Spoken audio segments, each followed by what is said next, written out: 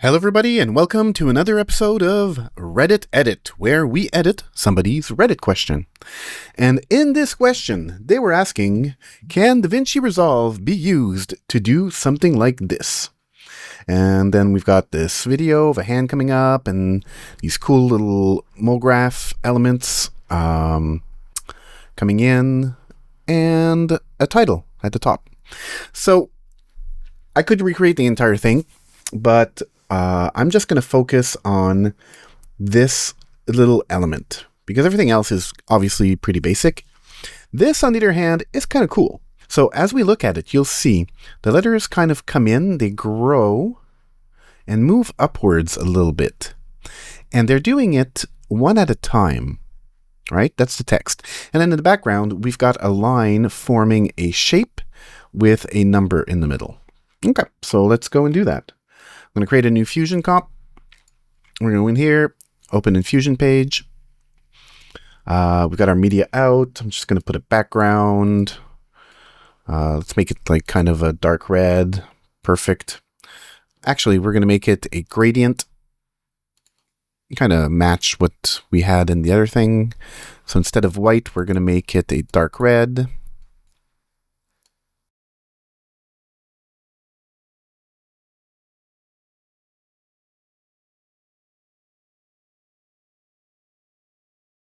So we've got our background. That's perfect. What we're going to do next is we're going to create our shape. Now for the shape, we could draw it with a polygon, but I want like a nice shape, so we can actually use the shape nodes. So if I go shape and sngon, this is used to create different types of shapes. And here you can see, I'm just going to bring this over here. We've got a 6-sided shape. Triangle, all the way up to 20-sided, which is kind of cool. So the original shape in the original video was 5. The point was pointing upwards. Actually, let's bring our video in so we can quickly see it. I'm going to go to my media pool. I'm going to grab this, put it in there. Close my media pool. Show the 2. Bring this in. Move to a point where we can actually see it. I'm going to remove, there you go. Perfect. Let's go back to the beginning. I'm just going to trim the beginning so we can see it. Perfect. So 5-sided shape with the point at the top. So what we're going to do is we're going to rotate this until it's about right. That looks good. Now the problem that we have is this is a solid and we need a line. Well, we just remove solid. It becomes invisible because now it's a line with a border width of 0. So I'm just going to increase this line a little bit. Perfect. Next, because this is a shape, it's not a raster. It's not pixels, it's math. It's basically kind of like a vector. So we can't just slap it on top here. It's going to go, well, we're not compatible types. So we need a shape render. Shape render, boop. And this turns whatever is plugged into it into a raster image, and then we can just plug that on top. So if we go and take a look at this now, there we go. We've got that. Next thing we're going to do is we're going to add some text. But first I'm going to reduce the size of this because it's a bit big. Now the problem is there's no... The size is width and height separated like this. Right? Which isn't exactly what I want. So what we're going to do is I'm going to tell it the width, hey, you're equal to the height. And that way I can just move one thing, it's going to be proportionate because I'm lazy. Now that line is a bit too thick, so we're going to go to our border width and reduce that down a little bit. Perfect. That looks great.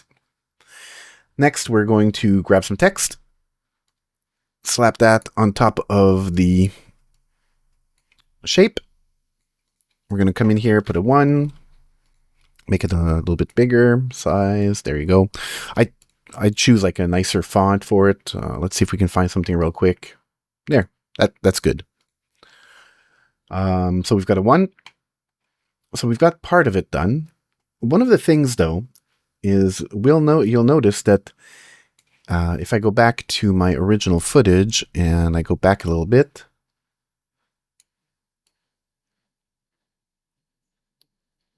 the text starts first, but let's ignore that. The shape starts getting drawn over time. That's super easy to do. So what I'm going to do is I'm going to go back to my sngon, and I'm going to use the position and length features. So I'm going to go to the beginning, and I'm going to set a keyframe. And the length right now is set to 0. It's from 0 to 100, or 0 to 1. And it's basically the percentage of the progress of the line. So I'm just going to grab my footage again and go where it starts on that number 1, right about here. And go back to my sngon. I've got my keyframe. And then I'm going to go forward until the shape is finished drawing, which is right about here. Perfect. I'm going to set another keyframe and just set it to 100. And now, as I look at this, the shape gets drawn. Now, it's getting drawn from the wrong area. It's starting from this corner over here for some reason. So we can fix that with the position. So position, you'll notice there's a little dot. That's actually where it's starting. So I can go position and just rotate it. It's not really rotating. It's telling it your start position is somewhere else. And that's about right. Let's go 0.2. There you go. And let's see what that looks like. There you go. So we've got that part done. Yeah, that's looking pretty good. One of the problems that we do have is that it starts off visible. So on our merge here, we should like maybe at the beginning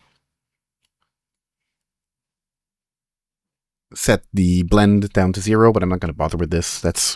I'm trying to give you guys the basic effect. The fun stuff's actually coming up with the text. So the fun stuff is really this part here, the text kind of coming in, because let's deal with that right now. Actually, this is what's happening. I'm going to grab a text. I'm going to put it on top of this. We're going to write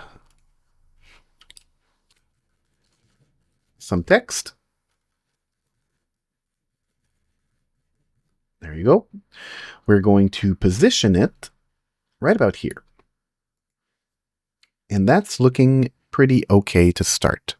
I'm going to go Open Sans Extra Bold Italic, so it kind of matches the font that was already there. I'm going to make it a little bit bigger.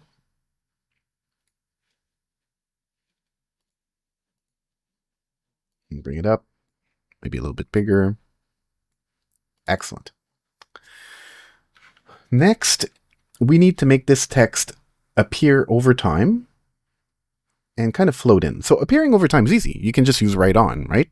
So we start at the beginning here, and we're going to set our right on. Right on allows you, it's basically the same as, what was I using here? Length. It's literally the same thing as length, but for text. And it does it character per character. So how much of the sentence is already being written? 0 to 100%. But it's not exactly what we want, because you'll notice it just does the letters one at a time. Bam, letters on or off. While in the original effect, they kind of just start fading in. So right on is not the right tool for this. So what are we going to use? Well, we're going to need to use a follower modifier. So I'm going to come to my text here. I'm going to right click and choose follower. And that adds a new modifier here called the follower. And we've got a lot of the same elements here that we have back here in tools, right? We've got our text, we've got transform and shading. Text, transform, and shading. So let's deal with that. And we've got an extra one called timing. We'll come back to that one in a minute. But actually, let's look at it right now. All characters, order, between each character, and a delay. And that's what we're going to use to create effects on each character over time. So I'm going to go over to my shading. I'm just going to use the white solid fill, which is a shading element. Like it doesn't matter. It's enabled. Any changes I make here are going to affect the text, so it doesn't matter. These are just templates. So what we need to do is we need the text to fade in, grow, and move up a tiny little bit. Right? So let's try that. How could we do that? Well, we're going to set a keyframe on opacity, I guess. We're going to set a keyframe on position, so we can make it go up. Now, position created a new modifier called path. Just double click on follower to come back to it. And maybe we could go to, where was it? Size. And play around with the size a bit. So this is how it'll be at the end. So if I go back to when the text is supposed to finish writing, mine set right about here. All the effects are supposed to end here. I'm going to set some keyframes. We're going to have to adjust this afterwards, but let's start with that. So at the end, I want all these settings to be like this. Okay. Now if I go back to the beginning, I want my opacity to be at 0. But I'll do that last so I can see what I'm doing with the rest. I want the text to be just a little bit lower. Just a tiny bit, so it kind of floats upwards. And I want the font to be a tiny bit smaller. So I'm going to go, let's say, 0.75 and 0.75. Right? Now, it's done it to all the text. Let's see what that does as I play forward. So the letters kind of grow in, and okay, that's kind of interesting, but it's not exactly the effect we were looking for now, was it? Let's add in the opacity, and let's take a look. Okay, it's kind of cool, but it's not exactly the same. This is where the timing comes in. So we're going to go to timing, and we're going to add a delay. So I'm going to go when the second letter starts appearing.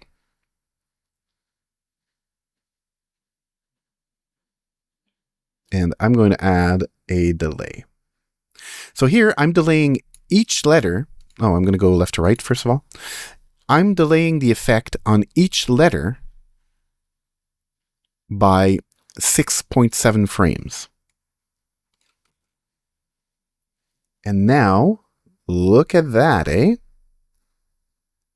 It's getting a whole lot closer. But now the effect takes a whole lot longer because the last letter gets finished like almost 8 frames later. So I need to change my timing a little bit. And we can do that over here on keyframes. So I'm going to go over to my text. And I'm going to grab my keyframes for right here for follower, size, opacity, and displacement. I'm going to go scale to fit. Let's start with, let me just lower that down so we can actually see what we're doing. Let's start with opacity. So if I take a look at this, I need the letter to be finished, the first letter to be finished becoming fully opaque a little bit earlier. That's displacement. Let's go back to opacity. So I'm going to bring the opacity down, and I'm going to make it happen a little bit faster.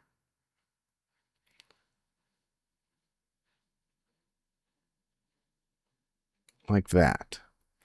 So now we're just going to look at opacity. That comes in a little bit too fast. Let's move that over. Not too bad. Maybe a bit faster.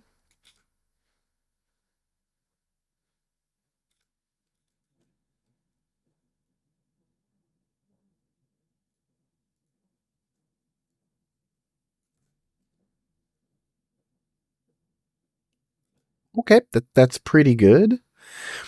Size.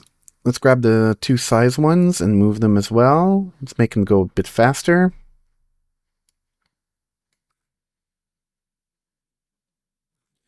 A little bit faster.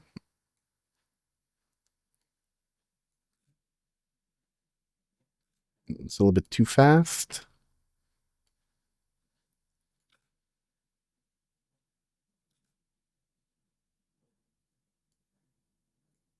Let's move all these off a little bit more. That's pretty good. And then the displacement, moving them upwards. Let's do that a little bit faster.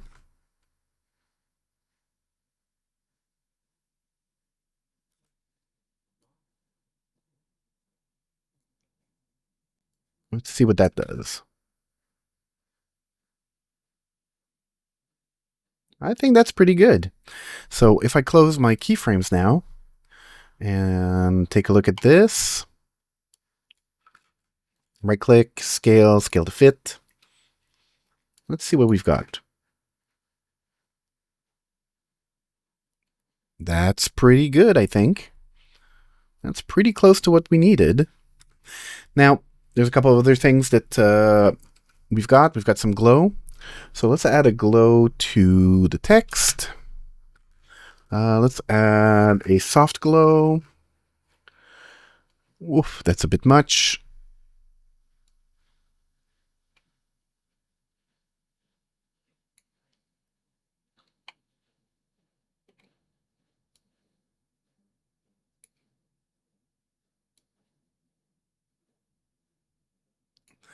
Maybe no. Let's remove the soft glow. We're gonna add the other glow instead. Glow. There we go. It's a bit better. We're gonna increase the glow size and reduce the actual glow brightness. Increase that a bit more.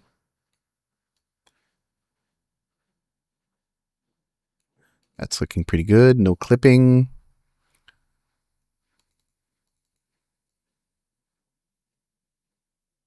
I think that's good. Yeah. We've got that. So let's see what that does.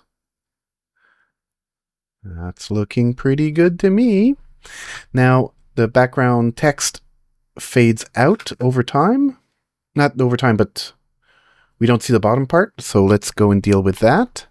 I'm just going to add a mask rectangle. We're going to bring a rectangle mask in here. And we're going to say only draw where that rectangle mask is. And then we're going to add a soft edge like that. And I'm going to reduce the border width kind of like this. I think that's going to be pretty good. Yeah, that's looking good to me.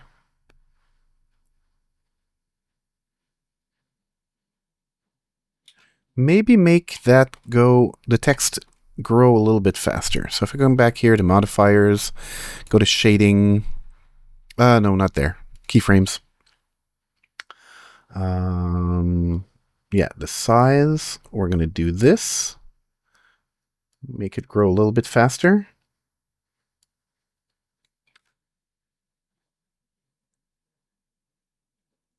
Yeah, That's pretty good. Same with the displacement. Let's take a look and see what that looks like. That's perfect.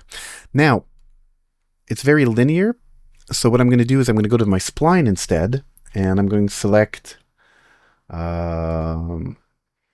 everything. Opacity, path, and size. I'm going to right click, scale to fit, so I see them all. Just going to bring this up so we can actually see what we're doing. Scale to fit. I'm going to grab all of these keys, and because right now they're straight lines. Well, I'm going to smooth them out. And that'll give it a nice curve, so it'll start off slower, speed up, and then slow down again. Give us a bit more of a natural feel. And if I go back over to my sngon, and I do the same thing to right click to length, scale to fit. I'm going to select all of this, and I'm going to smooth that out so that the line will get drawn slower, faster, slower. Give it a bit more of a natural feel. Oops, that's not what I wanted to do. So let's get rid of our spline. Let's take a look and see what that does. Bloom, bloom, bloom, bloom, bloom.